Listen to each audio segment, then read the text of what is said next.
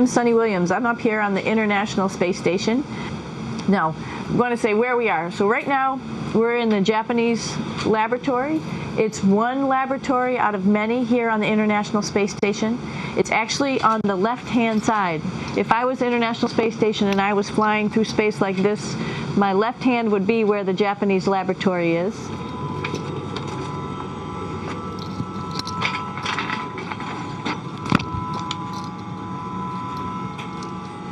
So now again, we're on the right-hand side, all the way on the right of the International Space Station.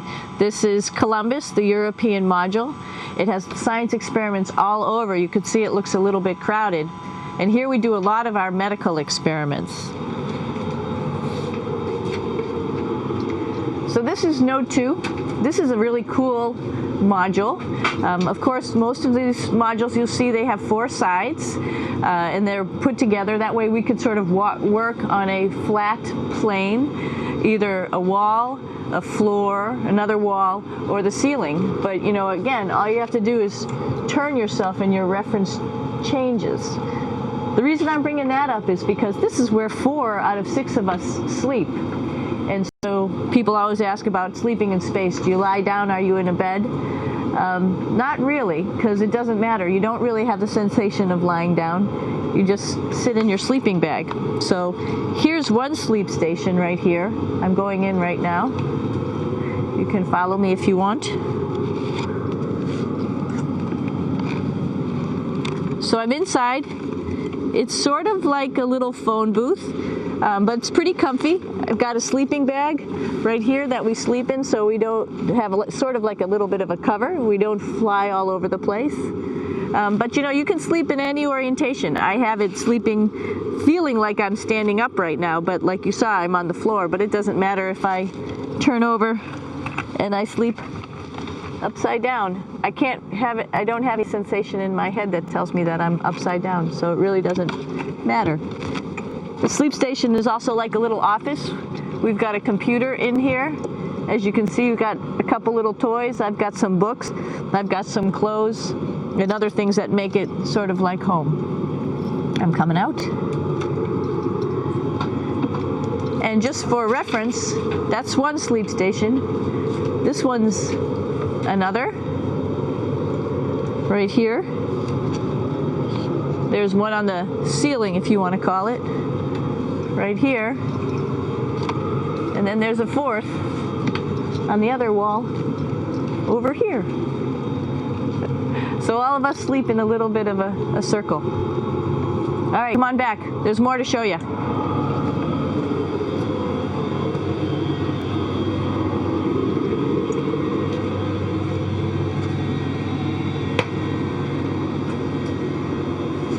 Here we are in the U.S. laboratory. Again, this is a laboratory with science experience on all of the walls here, all sorts of stuff that we do. And one of the things we also do is we exercise. We have some exercise equipment on board the space station. We need to do that because we lose bone density and muscle mass while we're up here, and that's a result of not having to fight against gravity.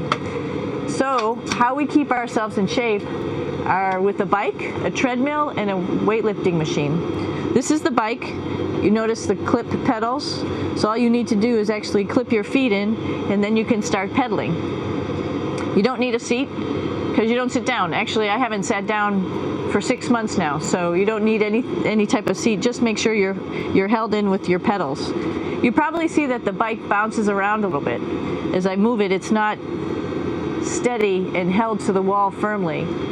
And the reason for that is the space station is pretty big. You saw that there's also solar arrays on the space station. If we start putting any forces into the space station, it's going to make those solar arrays bounce around a little bit. So to prevent that, the machines bounce around a little bit, move around a little bit. And that way we don't put any forces onto the structure of the spacecraft out to the solar arrays. All right, a little farther on. Come on.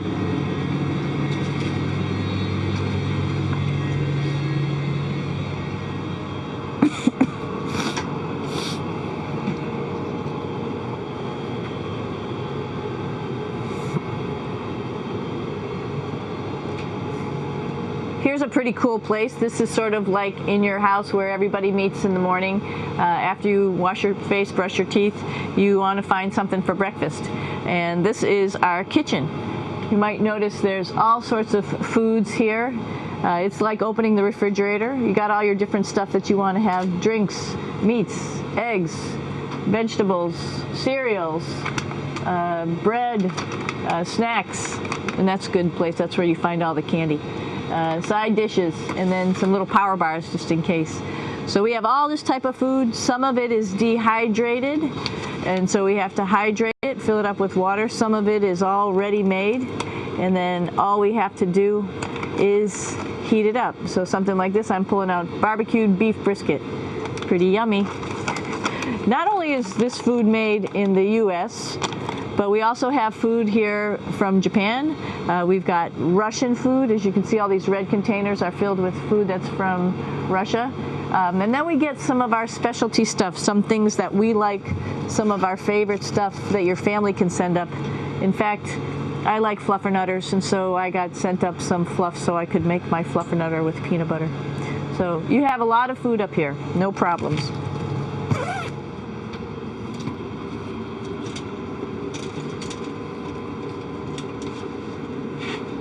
I'm here with my two buddies in the airlock.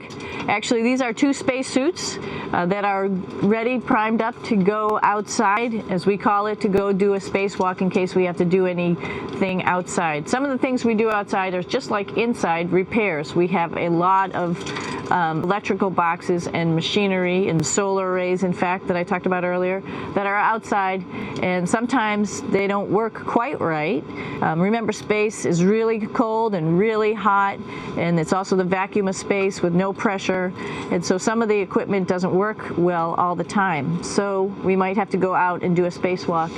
Right behind me is actually the hatch that you go out into space, and right now we have it filled up with a couple other spacesuits because we've got 4 of them up here and some of our tools. But right behind here is the hatch in which you actually go right outside into the vacuum of space. The spacesuit is pretty big, as you can see. It's like being a football player. Part of the reason it's so big and bulky is because of this backside, this backpack. It's like going on a hike with a backpack, but the backpack and the suit weighs about 300 pounds. Luckily, in space, nothing really weighs anything, so you don't feel that it's so heavy. But we need to have such a big suit because that guy back there is essentially the heart of the spacecraft. I call this actually a spacecraft. It has all the oxygen for you. It has all the carbon dioxide removal system for you.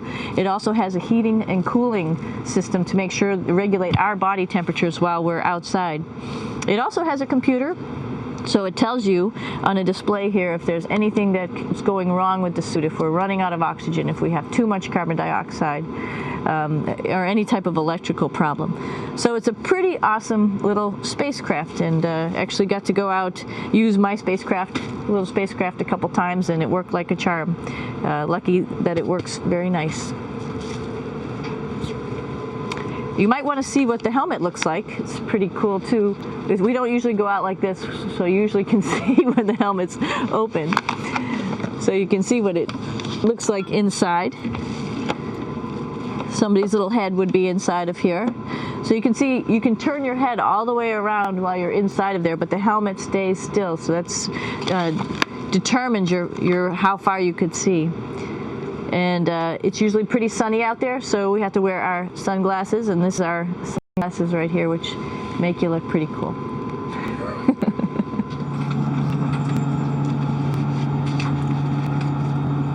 Here we are at the throne. This is awesome. You might see the little, you might have noticed the little moon on the outside. This is our orbital outhouse right here.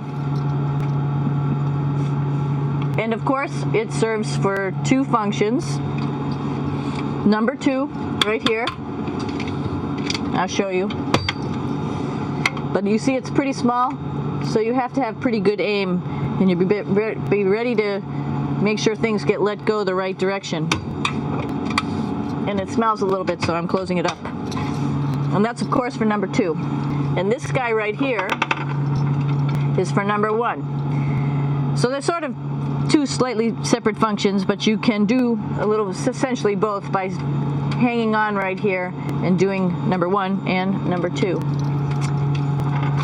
I might add it's color coded so you really don't get it mixed up, which is nice. This is yellows for number 1. And also there's a selection of paper. People always ask about toilet paper. What do you do with toilet paper? What kind of toilet paper do you have? We have gloves just because sometimes it does get messy. We have some Russian wipes, which are a little bit coarse if you like the coarse type of toilet paper. We have some nice tissues, which are nice and soft if you like soft toilet paper. We have Huggies, just for any cleanup. You know, we were all babies once, and this sort of helps.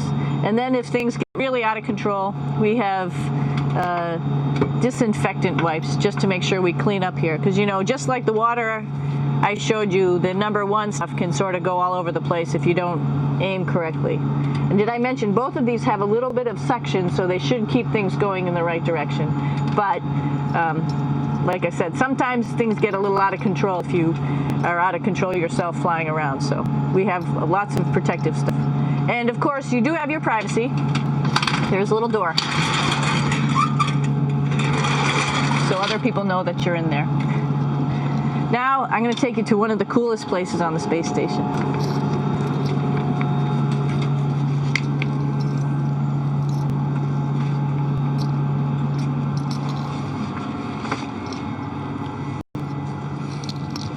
It's like a glass-bottom boat.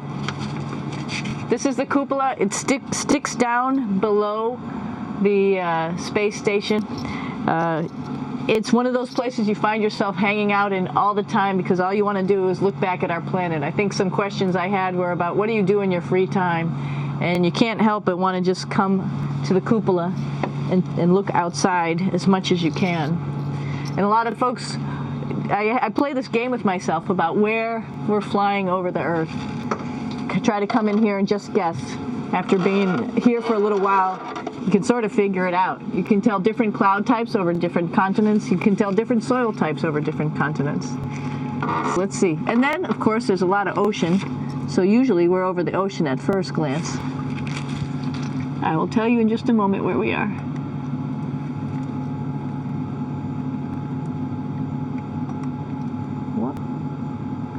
There we go. Oh, right now we are right over Africa. It's a little bit cloudy, as you can tell. But we're right over the continent of Africa. Hey, what's that? I think that's a Soyuz spacecraft. That's the spacecraft that's taken us home to planet Earth today. Oh my gosh. We might have to go take a look at that. That's pretty cool. It's a little bit smaller than the rest of the spacecraft, the space station, so you'll see if we go there, it'll be a little bit more crammed. But you can look all the way back to the back of the spacecraft, which is where the Russian segment is. And then you could look all the way forward to the front of the spacecraft, where the Japanese laboratory, the European laboratory, and the American laboratory. Hey, one thing I didn't show you, or I talked about but I didn't show you, was the exercise, another piece of exercise device. This is what we call the ARED. And with this, you can lift weights based on vacuum in these cylinders, just like you do at home at a gym. For example, if I wanted to do a squat, I could do it like this. Oops. I should need some weight on this thing. I'm not lifting with anything, so it's too easy. One of the cool things you could do things that you can't do at home. For example, single leg squats with just one leg, because the other leg, you won't fall over. So all sorts of stuff. You can also do bench press. We have a bench that we could add on here, so you can work on your beach muscles. All right. I showed you the Soyuz. Let's go check it out.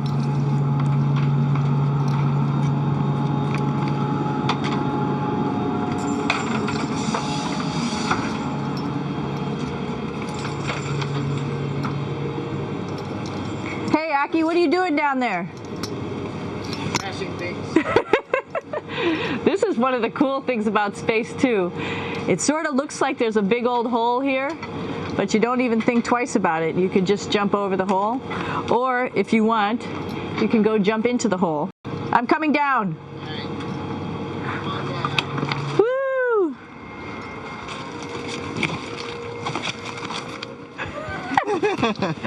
Then you can come right back up again, like Superman.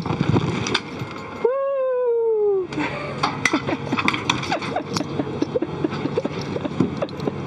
We're lucky we have a really cool big space station that you can fly around in.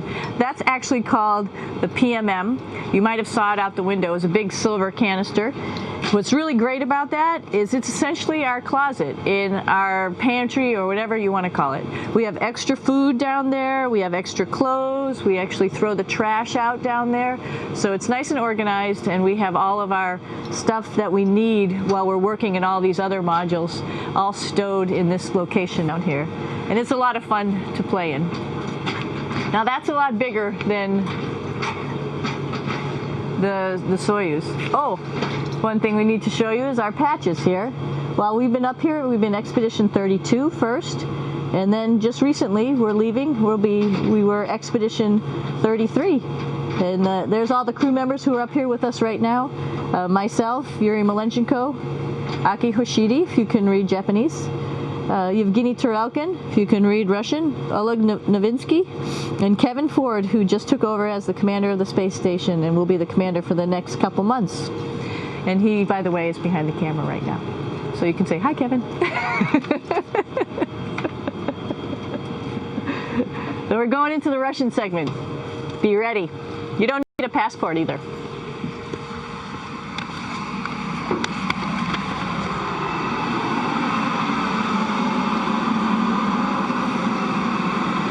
It goes a lot farther back than this.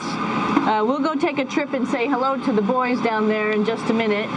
Well, let's do that first, actually, and then we'll go down to the Soyuz at the very end. This is Yevgeny. Hi. Doing a little tour.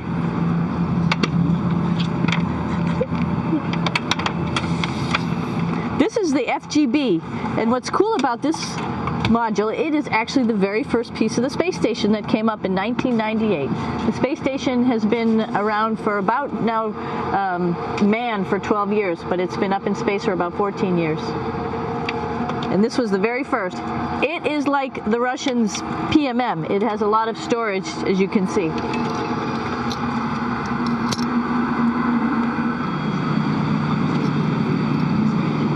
So here we are in the heart of the space station, really. This is the service module. This is the central post. In case we had any problems, I know a couple of the questions were about what type of things do you have to worry about. And some of the things we have to worry about in space are fire. If we had a fire, if we had a depressurization, like we were hit by a micrometeorite and it made a hole, or if we had some type of toxic atmosphere. We use ammonia for our radiator, so there is a possibility that ammonia could come into the vehicle, and then it would be bad for all of us. If we have any of those problems, we come right here, which we call the central post. It is the main heart of the space station. It was also the first computers that came up here that ran the space station. And so behind this wall right here are these main computers. So we gather here as a group of 3 or 6 and then figure out how we're going to either fight the fire, patch the hole, or solve the toxic spill. And what's cool about this module, of course, it's the central post. It also has great windows right down toward Earth. It has controls to fly in visiting spacecraft if they need some assistance right here. It has Russian computers as well as American computers to help us control anything we need to on the space station. There's a couple of our crewmates back there, Oleg Novinsky on the right and Yuri Malenchenko on the left. And there's also a second bathroom here, which is really cool because 6 of us going to one bathroom is really tough. And so there's one bathroom here and one bathroom on the other side where I showed you.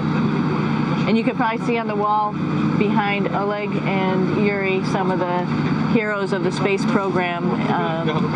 Korolev, Sergei Korolev, who was a chief designer of putting men into space. And of course on the right-hand side, Yuri Gagarin, the first man to go into space. So just reminds of our roots.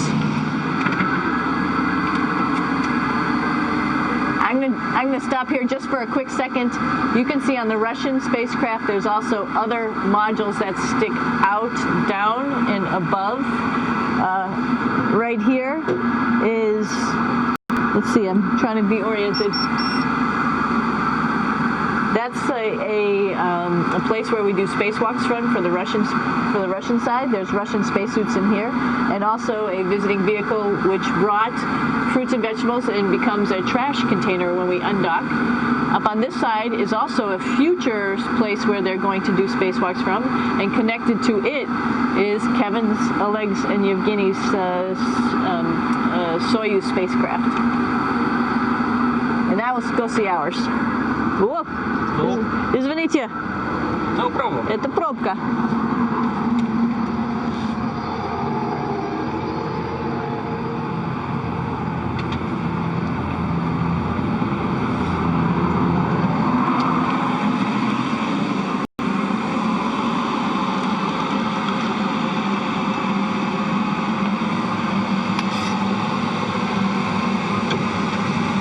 Coming down.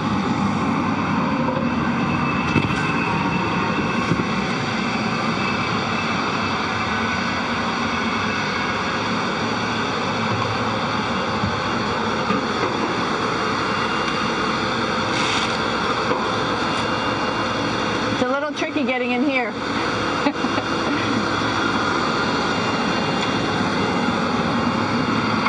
This is the docking probe right here, this big thing. This helps us connect to the spacecraft. This probe actually sticks into this cone, and that's how the spacecraft, our Soyuz, becomes connected to the ISS initially. That is then replaced by clamps, which are around here, that will allow the two spacecraft to be stuck together. And then you can remove the probe and the cone.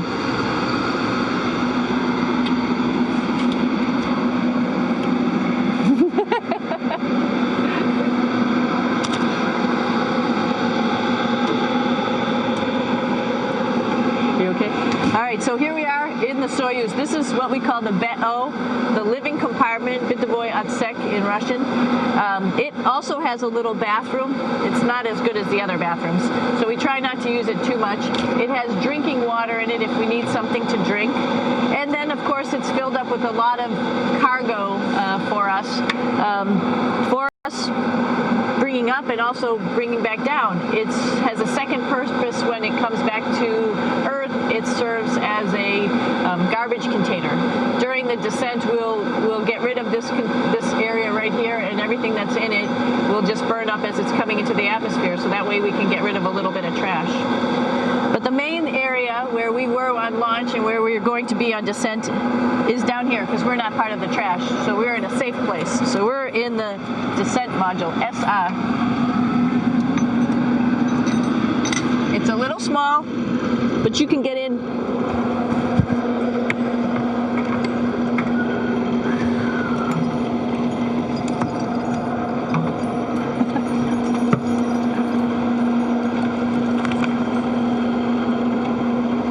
Not sure how well you could see in here. Hold on for a second. I'm going to turn it up this way, just so you could see the hatch, and you could see Kevin. It's a little bit small, but we'll come in and show you around. Just starting to get ready. We're preparing a couple days ago for our ride home. It's a little bit squishy, but everybody asks, how do you sit in the Soyuz? And you sort of sit in your seat like this. The seat is molded to your body, and so you can just sort of squish in here and be pretty relaxed. Everybody has a handmade seat for them. And then, of course, there's a control panel, and that's where we do most of our actions and work right here. There's hand controllers, which you can fly the vehicle with, and there's a stick right here, primarily used for communications when we're trying to talk to the ground. So 3 of us fit in here.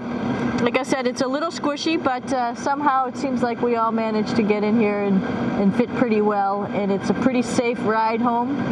You're probably wondering, what's all this junk behind us? Well, it's all of our parachute, first of all, and then it's all of our survival gear, just in case we end up landing in some strange place on the planet and nobody's there to rescue us right away. We have all sorts of survival gear with us, keeping us safe in here. So they've pretty much thought of everything. And we'll be home on the planet within the next 12 hours. Pretty shocking.